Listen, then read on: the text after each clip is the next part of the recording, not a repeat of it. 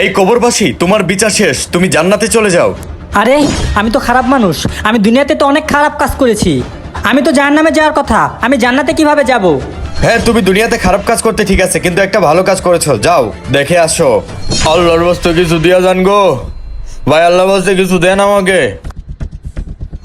এই বেটা, এই দাঁড়া, এই বেটা দাঁড়া দাঁড়া দাঁড়া দাঁড়া দাঁড়া। ভাই আমি প্রতিবন্ধী মানুষ, ভাই ভাই আমি প্রতিবন্ধী আরে মানুষ। দাঁড়া।